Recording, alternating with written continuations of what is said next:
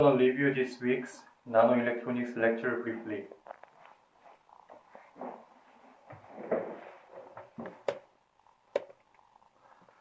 First, we have to know structure of transistor.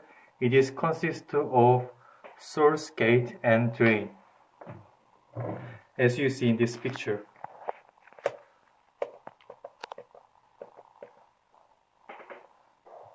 After that, we should look hydrogen molecules and each energy band diagram in this page.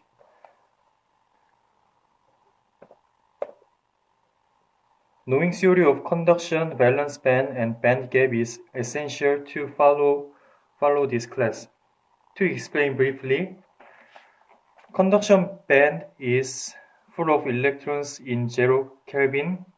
On the other hand of conduction band, valence band is empty of electron at 0 Kelvin. For band gap, it is also called as forbidden band. Theoretically, electrons must not exist in band gap region. To add, it will be good for remind silicon's band gap level is 1.11 electron volt. If thermal energy is biased, some of electrons that exist in valence band would jump up to conduction band. This phenomenon can be seen as to hole is moving, but the fact is it is not moving. There are three types of materials. First is insulator, which has forbidden gap, a bigger forbidden gap compared to other two types of materials. Second is semiconductor, which has appropriate conduction band level, valence band level, and forbidden gap compared to rest of materials. Last is metal. It has quite large conduction band level than other two materials. In this section, we should know the concept of acceptor and donor. Acceptor's role is to get electrons from donor. In the opposite of acceptor, donor's role is to give electrons to acceptor. If it has holes, we call each concept doping.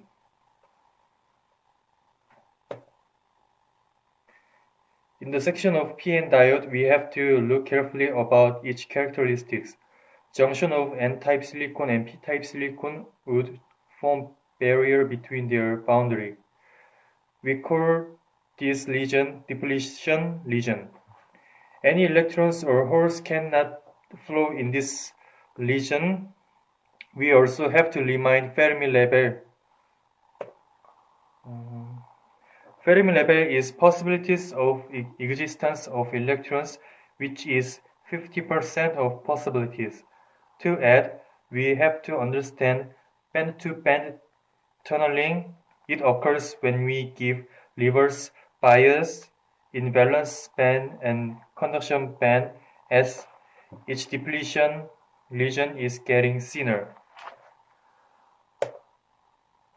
And for diode characteristics, the ideal sinusoidal waveform graph is like this, but the real case is no negative half cycle. And for last, we studied MOSFET.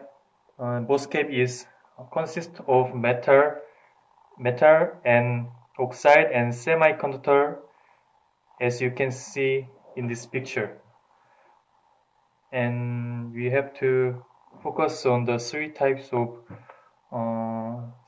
situations. If we add up lots of plus charges, the depletion regions will be removed.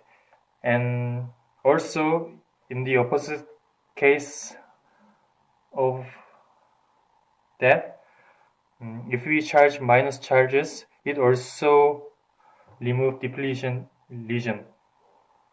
And thank you for listening.